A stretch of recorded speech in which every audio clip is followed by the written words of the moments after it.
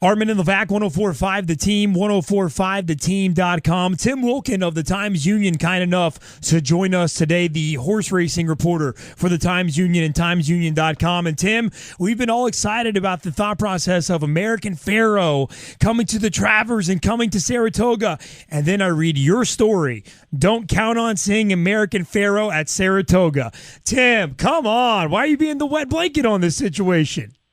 Well, I'm just reporting what I've been told. What have you been told, Tim? Well, it looks to me like American Pharoah will not be at Saratoga.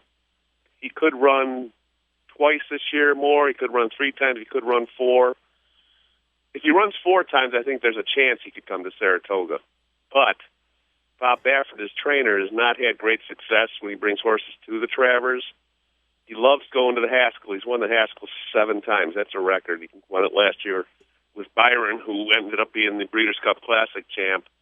And he brought Byron up to the Travers, and he finished last. And that's the second time in, I think, 3 years that he brought the Haskell winner up here and finished last. He says in order to really run in the Travers, you should run in the Jim Dandy. And I don't think the Jim Dandy is in the plans for American Pharoah, because I think he's going to run in the Haskell in Jersey, which is owner Ahmed Zayat's home.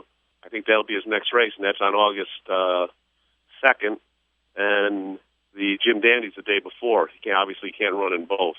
So I think he's going to go the Haskell, and then he could go back to the Pacific Classic in California, which is against older horses, which I don't know if they want to do quite yet. I suppose there is a chance he could go Haskell Travers, but I know Baffert is dead set against doing that. Where's Baffert's lack of success come from, in your opinion?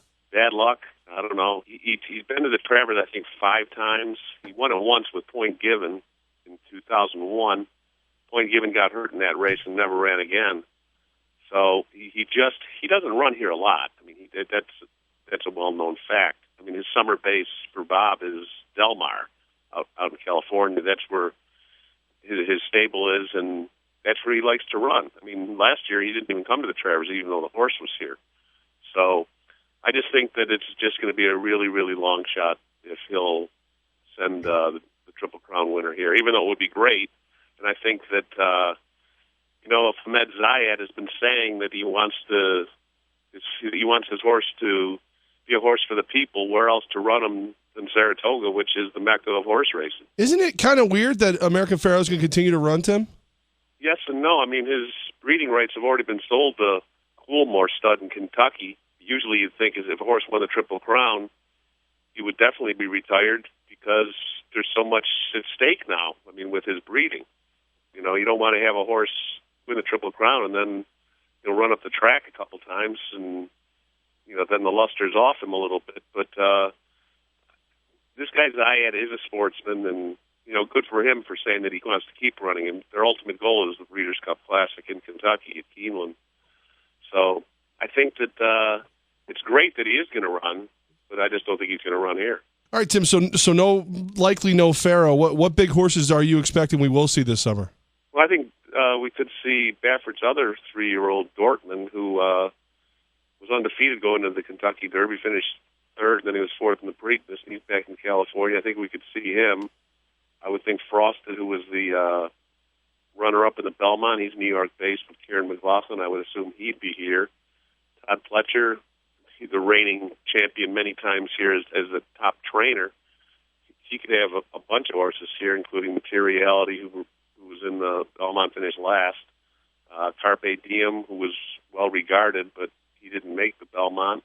Todd had Made from Lucky, who was also in the Belmont. He could be a Travers contender. I think that, the Travers will still be a good race. You're going to get the top 3-year-olds in training, except for maybe the best one. Tim Wilkin, the horse racing writer at the Albany Times-Union, timesunion.com, at TJ Wilkin on Twitter. And Tim, we always enjoy reading your stuff, and thank you so much for spending a few minutes with us today. Hey, thanks for having me. I appreciate it.